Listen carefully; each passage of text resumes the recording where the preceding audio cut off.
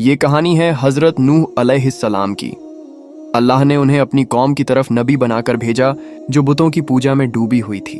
नूह ने बरसों तक अपनी कौम को तौहीद की दावत दी, प्यार से समझाया, सब्र के साथ समझाया, लेकिन ज्यादातर लोगों ने उनकी बात नहीं मानी बल्कि मजाक उड़ाया।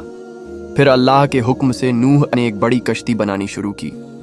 काफिर लोग हंसते और कहते, ये रेगिस्तान में कश्ती क्यों बना रहा है? लेकिन नूह अलैहिस्सलाम जानते थे कि ये अल्लाह का हुक्म है।